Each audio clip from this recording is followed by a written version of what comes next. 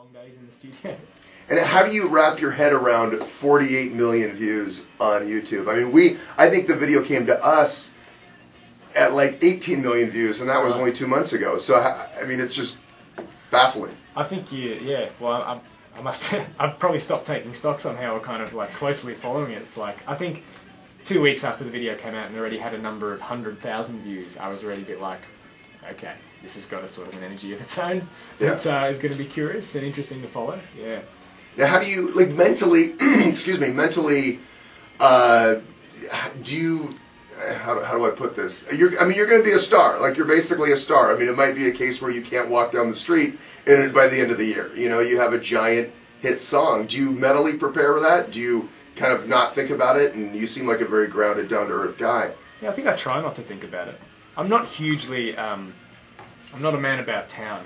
I mean, even in Australia, I like a lot of time to myself. I like hanging out with my friends, and I don't get to see my friends that much, haven't for the last few years, so I'd love to spend more time with them, time I have off from doing music stuff. But I've noticed it, you know, in Australia I get recognised by more people. People ask me for photos. I was in New York, and there was a lady in like a shoe shop. I was there with my girlfriend. She was looking for a pair of shoes, and the lady helping her out sort of looked up and went, "Oh my God, I was watching your video this morning." I'm like, okay, wow, it's sort of happening. Yeah. And usually it's really pleasant, you know, people has really great energy and it's nice. It's only the odd occasion if you're just wanting to kind of, I don't know, just get about your daily business and people are just accosting you all the time. Yeah. It can get annoying. But you know, if the energy's really nice, I guess that's cool. I don't think you'll see me out, you know, on the scene at party joints. And yeah, on TMZ. Yeah. It's not really my style, so yeah. We'll see about that. I wanted to go back and ask you too about the animation on the backdrop of the video during the show. It was beautiful. It was great. It was very well done. Where did that come from? Lots of different animators. Yeah, I've kind of commissioned up to 8 or 9 different people in Australia over the last year to make different visuals. Some of them are clips that have then been either remixed for the live show. Some of them have been specifically commissioned for the live show for specific songs. Mm-hmm. So yeah, you can check out my YouTube and Vimeo channel, and there's all the credits for all the different animators who did the different pieces. Okay, that's really cool. Most of them are up online. What about LA? What sort of impressions do you have of Los Angeles? Is this your my 4th time here? 4th time here? Yeah. Okay. I haven't seen a lot. It's going to be amazing to live in this kind of weather all year. That's great. I mean, even in Australia. Well, so what part of Australia are you in? I'm from Melbourne, which is in the southeast, and I mean, something they say about Melbourne is that it always has 4 seasons in one day. So you can get up and it's a beautiful day, like it's an LA morning, clear sky, you know, 26, perfect weather, and then next thing you know, 4 PM, it's completely storming and it's 10 degrees. Yeah. And then that night it might be quite warm again. It's like it's hard to pick. You know, if you really want to be prepared, you take an umbrella and a coat, but also be prepared to be in a t-shirt any second in Melbourne. So I don't know. I like that. I like the kind of surprise factor. It's the same with me with music. I like the kind of aspect of just discovering it as you go along and things kind of surprising you and catching you off guard. So it's a metaphor for your music interests. Perhaps, yeah. It's the right city for me like that, maybe. But LA, I mean, I've taken a walk up Runyon Canyon, which is nice, and been up to the Griffith Observatory, and there's plenty of other things. I'd love to go see L. Ron Hubbard's music studio. It's a fabled, state-of-the-art facility. I don't know if it's in LA, it might be outside. Oh, okay. There's a hilarious website about, he was like a massive music nut and he built this crazy vanguard, like technological sort of masterpiece of a studio. Kind of unrelated to the Church of Scientology, I think. So interesting. I didn't know you did. I don't know if you'd have access to it unless you were maybe part of the fold, you know. So yeah, you got. That might be hard, but you got to give your donation first. Yeah. And have you been to Amoeba Records? I have. It's a great store. Oh yeah, you have been. Yeah, okay, a couple of times. Yeah, good. I'm pretty tragic. I'll usually walk out with about 5 kilos of records from there. If I'm you can't leave without dropping a chunk of change. Yeah. Wanted to ask you as well about the cover of somebody that I used to know by that band. Walk Off the Earth. Yeah. Impressive, huh? Crazy. What incredible viral heat. I mean, in the space of 2 weeks, they had almost as many million views as my video did. Have you had contact with them? Because I know you tweeted their video and you've talked a little bit about it. Yeah, I sent them an email, and they're hopefully going to come to my Toronto show because they're from Burlington.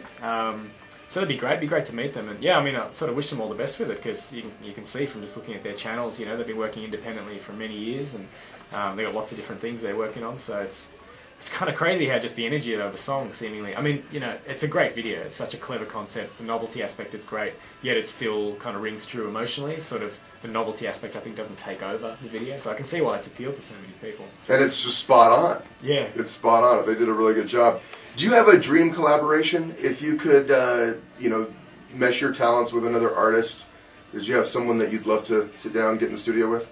I sometimes think, you know, it would be kind of overwhelmingly awesome to do something like write and produce with Kate Bush. But then there's another part of me that's kind of, you know, that kind of realises it's always kind of, it's a bit devastating when you meet your idols sometimes, you know. People you've put up on a pedestal and people you've built your own almost magical kind of perception of, it's inevitably they let you down because they're humans. They're probably in a different part of their life than a lot of the work that you kind of, in a way, have kind of used to composite your image of them. So there's a part of me that's like, you know, I don't imagine these dream collaborations with maybe the older artists who I hold up as like, you know, my idols. Sure. I think I'm more excited with, say, their newer bands doing stuff at the moment that I feel maybe more contemporaries of. And, you know, there's a band in London I really love called The Chap, who are quite, I think, massively under-recognised. They're amazing. They've done like 6 records. They've just put out their new record. They come out on Ghostly in the States, I think. And yeah, so a lot of people wouldn't heard of them, but I'd love to do some collaboration with them, even just like co-produce and engineer stuff with them. So yeah, that'd be one dream collaboration. And that leads me to my next question. What other artists, bands, who are you listening to right now? Whether it's, you know, old stuff or band you just got turned on to. Who do you like right now? What have I got? I've had a lot of friends in Melbourne give me new stuff. There's a couple of guys called Colour Bomb in Melbourne who've been giving me sort of demos and new tracks I've been putting out for a long time. What else do I have on my iPod on the way here?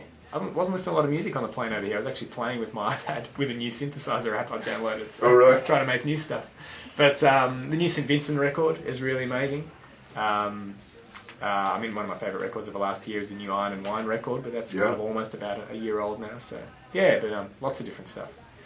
I know they've been dragging you all over LA today. I know you have a busy schedule. Before I get out of here, I want to do kind of a fun portion of the interview. It's going to be all firsts. Okay, so it's a random question. So first girlfriend, and how did that end? First girlfriend.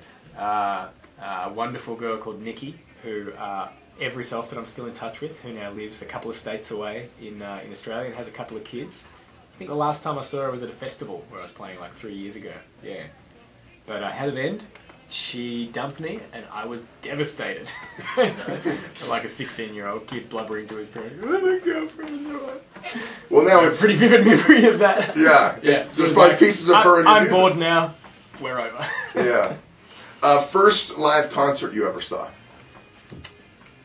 It's hard, you know. I didn't go to a lot of big pop concerts when I was growing up. It's like I was kind of, you know, loving records and in my own band. So it would almost be, I think, my first memory is of a Beatles tribute band called the Quarrel Men, who played at a little venue in Melbourne, and they played the whole Abbey Road album, start to finish, plus a few extra kind of classic Beatles tunes from Sgt. Pepper's and early records. And that was an amazing gig. It was like one of the best gigs I've ever seen. So hilarious. I love the Beatles so much. Yeah. First car? Ford Laser hatchback. Nice. Yeah. What would you want written on your tombstone?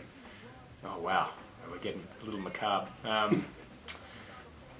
Surely by those days we could embed some kind of music file in a tombstone, right? Just press play. Yeah, I'd have some kind of silly novelty, you know, tune, maybe Popcorn, yeah, by Gershon Kingsley, playing on my tombstone. Yeah, I'm somebody that you used to know. That's. Well, I think you already told me first piece of music you ever bought. You already mentioned that. Yeah, it was a pirate cassette of Wham. Wham, yeah. And you already said the first instrument you had. Yeah, right. Was the drum set. Yeah, I was given a couple of little African tom-toms by my parents, maybe at age 6, so that probably spurred on my interest in drumming. I used to play with chopsticks, and I was like, when someone gave me my first pair of actual drumsticks, I was like, no, what do you do? These aren't drumsticks, they're way too heavy. Yeah. And coming up in April, you're going to be playing Coachella. Yeah. Our big Southern California festival. Would you have any kind of preconceived notions, or have you been before? Have you had any other friends' bands play? Do you know much about it? Not really. I mean, I know it's, you know, it's pretty much the biggest festival in the world. I know it's out in the desert. I know it's got one of the most amazing lineups, you know, you could ever imagine of music. Yeah. So it's incredibly exciting especially it's the end of our tour after 3 months, so it's going to be an amazing way to finish.